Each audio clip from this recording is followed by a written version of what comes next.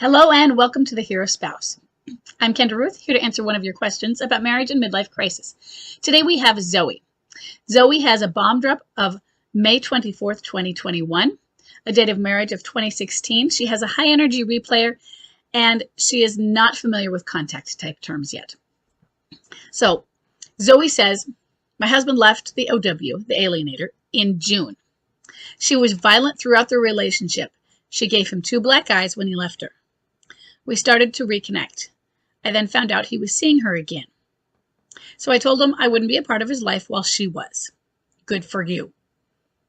He left her again a few weeks later and cycled back to me. We reconnected again.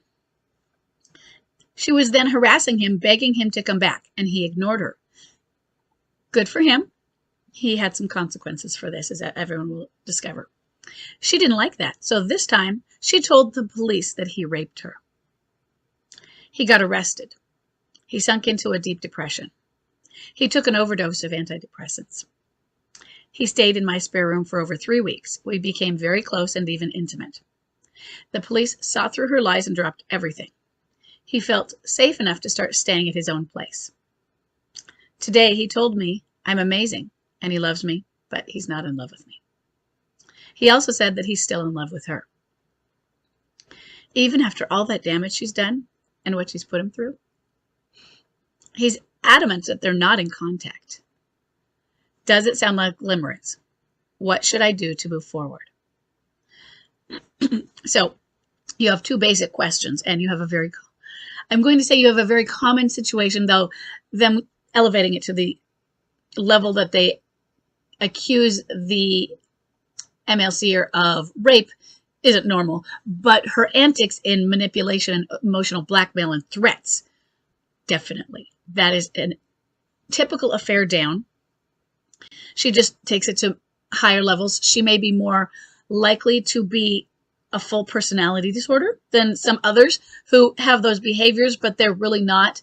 They're just those behaviors when they're in this limerence. Whereas maybe this one really is like that. That's who she is. Chucks didn't accuse him of raping her, but she did a fake pregnancy. She threatened suicide. She called the police we called the police. She was in our backyard trespassing. She did all sorts of things. Fortunately, she didn't go quite as far as yours, but we saw it throughout the whole crisis, a few years, this heavy emotional blackmail. So I have a question for you. Let's say that you're an addict and you are addicted to methamphetamines. And you take these methamphetamines and you know they're bad for you. You've discovered they're bad for you. You didn't know it at first.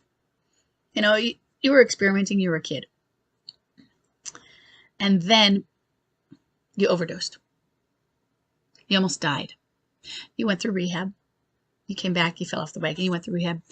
Maybe you overdosed more than once. And you know the exact reason. You've been living on the streets sometimes.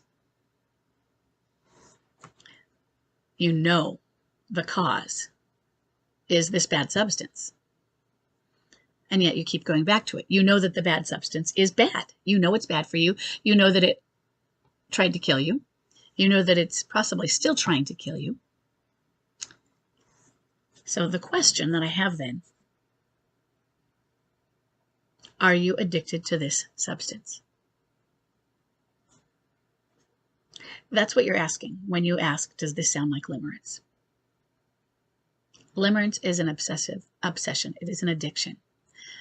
We don't call it a pathological addiction in the sense because it's also how we fall in love. It's kind of difficult because there are good parts of it, just like food addiction. We have to eat, and so you have to face your addiction. Limerence has a purpose in evolution, but it's being misused. It's being misused in this, and it is an addiction.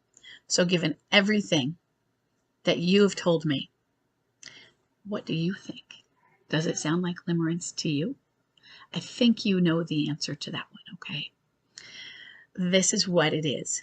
They will go to the ends of the earth to defend that person. Now, I have a feeling he's not going to quite go to the ends of the earth because her accusations were against him. But think of this. You have chemicals in your body, and they are causing you to have certain feelings. Do the chemicals just go away immediately or change because something happened? Or does it take time for them to go out? Does it take time?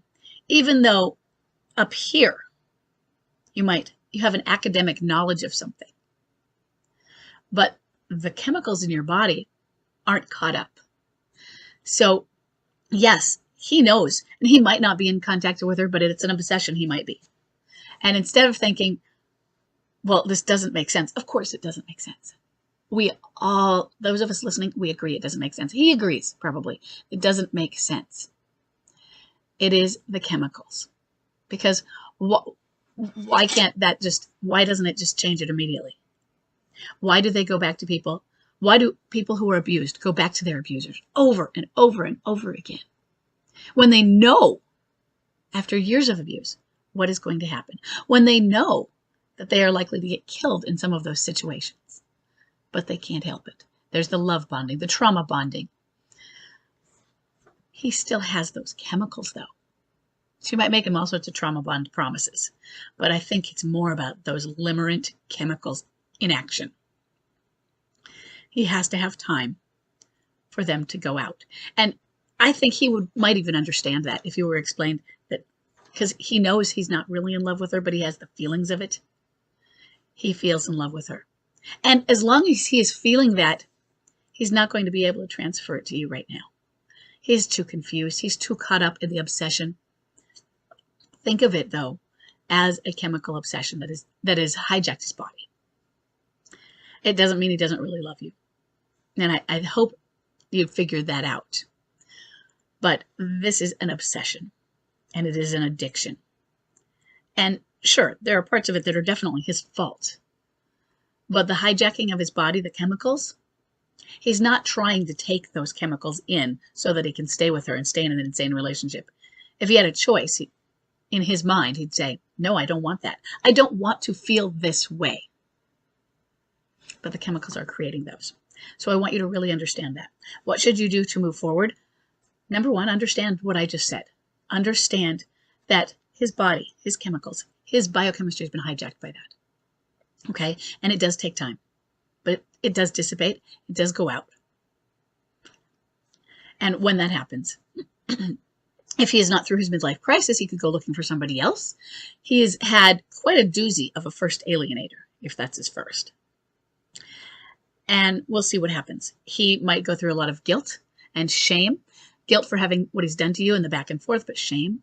Embarrassed kind of shame for, how could I have been into somebody like that? We have MLCers who are dating child molesters. They're known child molesters. They have records. And they're on what are the lists where you have to go on the list. But they'll defend them. Or, oh, it was only because of this. They know about it. It's not hidden. We know about it often because the left behind spouse does their snooping and works and finds out. They will defend them.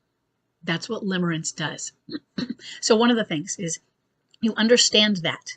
Just like in my course, Understanding Midlife Crisis, my goal is to give you the course, to give you so that you have the information, so that you can then use that information to understand enough that you can now let go of the why. It's the same thing here. Because to move forward, you need to heal. But sometimes you need a level of understanding. We're not going to be all the way up there, but a level of understanding so that you can let go. It's hard to move forward when we're stuck in this, but it doesn't make sense. So get that level of understanding, accept that obsession. And then you work on detachment. You work on healing. And the tool, the key, the most important tool in your toolbox is detachment. The key to detachment, in my view, is mindfulness. So what I want you doing on those is moving forward with that. Now, when you talk about moving forward, are you talking about no longer standing or standing? Because healing is the same thing. You do it regardless. but he's a clinging boomerang. You said you didn't know what energy level what contact type he is. He's a clinging boomerang. He has come home. You have reconnected. Without her in the picture, he wants you in the picture. And he is likely to continue to do that, at least as long as you are open to him doing that. And so you need to have, if you want to stand, you need to have a level of openness that includes boundaries so that he doesn't cake eat. And he may be very well likely to cake eat anyway. It's normal. Okay. But detachment is going to be even more vital for you if he continues to be in contact with you, because he's going to be cycling, confused, feeling guilty, wanting you, possibly manipulating you. He wants you in his life. He needs some sort of solid anchor. And for him, that's you. Okay. So let me know if you have any more questions, and I will see everybody in the next question.